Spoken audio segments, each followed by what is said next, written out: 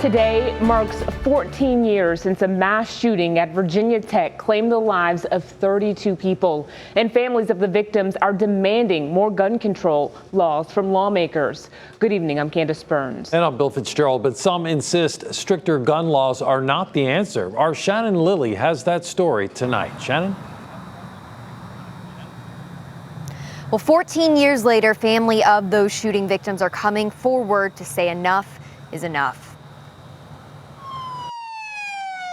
It was 14 years ago today, April 16, 2007. On the anniversary of one of the deadliest shootings in our nation's history.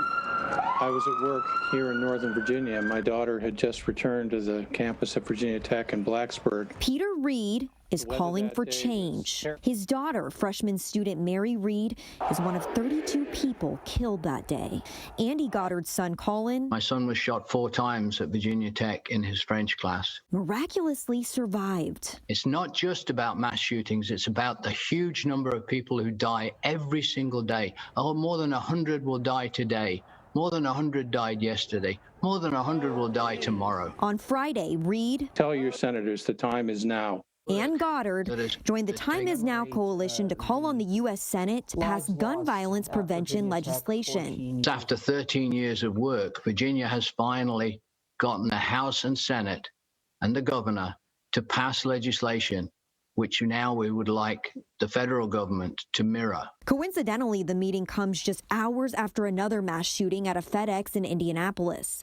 Last week, President Biden announced multiple executive actions to combat gun violence in America. We're just seeing our freedoms eroded left and right. You can't do this, you can't do that. Philip Van Cleve, president of the Virginia Citizens Defense League, argues stricter gun laws infringes on your freedom and your safety. Something comes up, you need to be able to protect yourself because odds are the police will not be there in time. In the meantime, a Phoenix-based company called Defendry is creating innovative tools to prevent another mass shooting. It is a unfortunate problem that needs to be solved. They've developed an AI software that can detect hundreds of weapons, including all different types of guns. Once detected, it can lock doors and report information in real time to law enforcement and on-site security teams. So you saw there, as soon as I stuck my hand through the door, that gun was detected. A tool that CEO Pat Sullivan believes could have been life-saving in recent shootings like in Indianapolis. The gun was out when the shooter was approaching the building, and we would have had plenty of time to see that, recognize it, lock the doors, and they would not have gotten in.